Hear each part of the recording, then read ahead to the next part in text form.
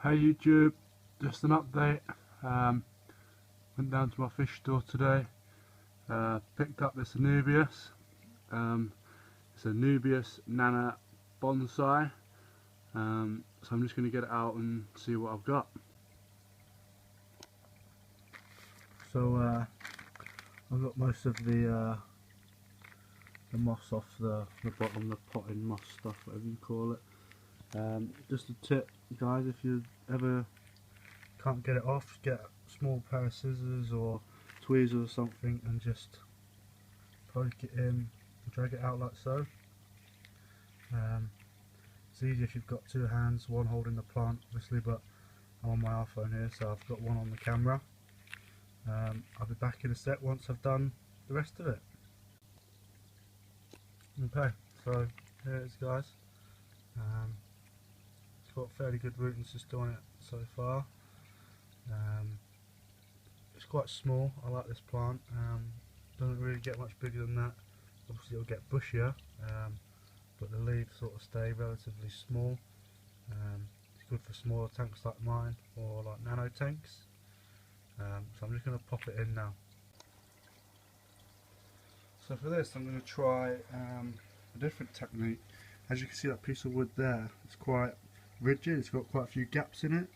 So I'm going to see if I can try and wedge this in without damaging it, without breaking any roots or anything like that. I'm just going to see if I can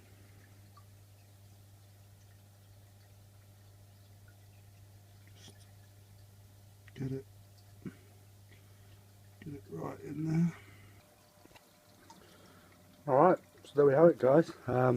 I moved this clump of Riccia that was originally there, moved that there, stuck it in the substrate, did a little experiment. I've got some floating up in the top corner there, some in the substrate, so I'm going to see which one grows best, and then I'll let you guys know on that. But there it is, the new Anubias. I don't know if you can see, but it's just wedged in right in there, pushed all the way through. Otto on the wood. So the tank is about a day old now. Both filters were running on it overnight. As you can see, I've got the black background in as well. Just a few pieces of black K4 paper. Nothing special, nothing expensive. So yeah, that's just glue tacked onto the back. No wires or anything like that. So that looks good now. Another thing that I've noticed as well about the tank and the fish especially, they seem to be a lot more active.